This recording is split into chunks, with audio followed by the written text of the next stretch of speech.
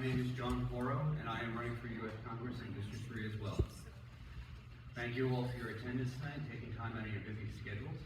Thank you to the Hunt County GOP for organizing this event and allowing you guys to be able to meet your congressional candidates. Every 2 years, a very important temporary job gets open job interviews. The process of this is for us to give you our resumes, give you a chance to get to know us, and hopefully give you a reason why we should be the person you're going to vote for. Nobody is guaranteed this job. Nobody is owed this job. It is up to us to be the most competent person here for you to be able to choose that person that you want to vote for. Tonight is a very important first step in this. It is the first job interview in Hunt County. As hiring managers, your vote is going to be your voice on who ends up taking this position. So one of the first questions that I ask when I do a job interview is, why do you want this job?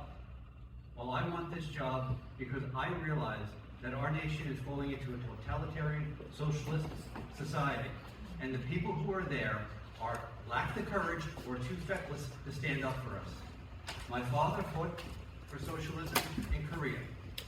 My cousin, my uncle, fought against socialism in Vietnam. My generation fell asleep at the switch. And because of that, we have socialism in our boardrooms, in our classrooms, in our colleges, and in Congress. Our sacred trust is to make sure that we hand off the same America that was handed to us. And we are the generation that looks like we may fail that sacred trust. I love my job, but I love my country more. People have sacrificed way more than a career as patriots over the course of our country's history to keep America and the world free. Our district overwhelmingly supports President Trump.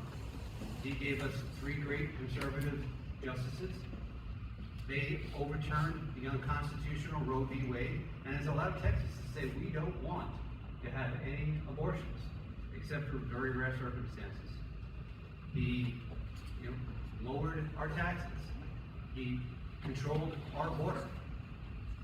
He was the first president that had the courage to say to Israel that Jerusalem is your capital and we will move our embassy there. He controlled the aggressors of the world with peace through strength. He destroyed the ISIS caliphate. He put America first. He put you first. That is why that kind of resume allowed me to know that on day 1 of my campaign, that President Trump is someone that I'm able to support. Now, we also had great company like our Attorney General, Ken Paxton, our Land Commissioner, Don Buckingham, and our Ag Commissioner, Sid Miller. I don't know why it has taken my opponent another 6 months to finally determine that President Trump is owed his endorsement. I don't know what new information has suddenly come to light that has allowed him to suddenly endorse it. But what I will say is, our president needs all the help he can get. So I say, welcome to the bandwagon. I wish you were there sooner. Now, as far as Ken Paxton and the Paxtons go, me and my opponent are very different on this. Now, as I walk and block off and go through our district, and I go from Wolf City to Roy City, from Prosper to Princeton, I hear the same question recurring to me. Why do we send people to Washington? They forget about the voters, they forget about their principles, and they forget why we sent them there. Well, our district wants someone who supports Ken Paxton because they do. They want their congressman also to support Ken Paxton. And while 2/3 of our district does support Ken, on our Facebook page, our congressman was writing, the impeachment of Attorney General Paxton followed the rules. Well, I'll think after that farce of a trial, we all know the rules weren't followed. So, does my opponent not know how to follow the rules? Does he not know how to apply the rules and apply them to a real-life situation?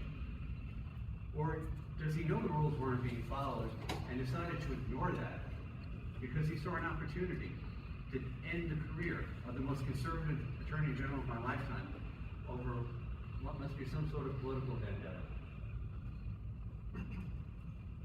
You know, either he is not competent to understand how to read rules, or he was willing to subvert the will of the voters, which is you, in order to accomplish a political agenda.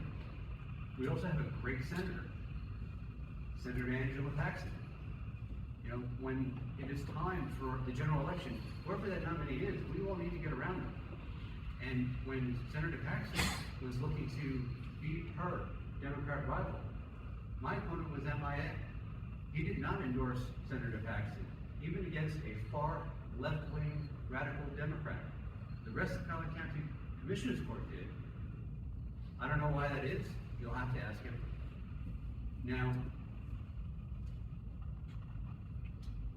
it is my job to compare and contrast, and it's not always a comfortable job.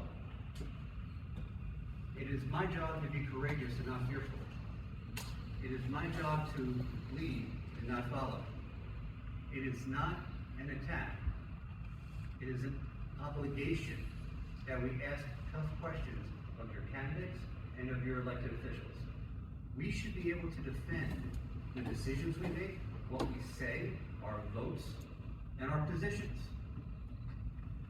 It is not an attack to talk about somebody's record, because if that record isn't able to be defended, then that person should be reelected.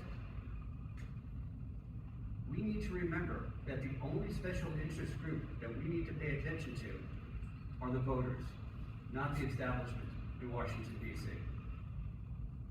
Now, to be fair, you will not agree with my decisions 100% of the time and 100% of my decisions. After all, we're not Democrats.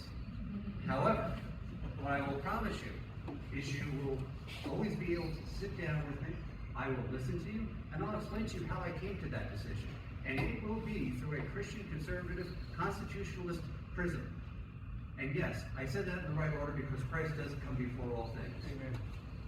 Now, you have two resumes in front of you, a career politician and a career public service. I'm going to let you in on a little secret. I wasn't born in Texas, but I did get here as fast as I could. And since I wasn't consulted on where I was born, at least I had the common sense to choose Texas to be my home. I've been here for 10 years. Because we share the same values.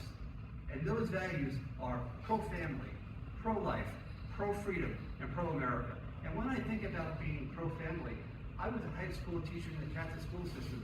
Before we were worried about indoctrination, we were actually educating our students. And when I think of pro-life, it's not just talk to me, it's been my life's work. I'm adopted. I am so grateful that my mother decided to choose life. You know, all of my adult jobs have been about being pro-life. For 7 years, I was a volunteer paramedic captain of a rescue company.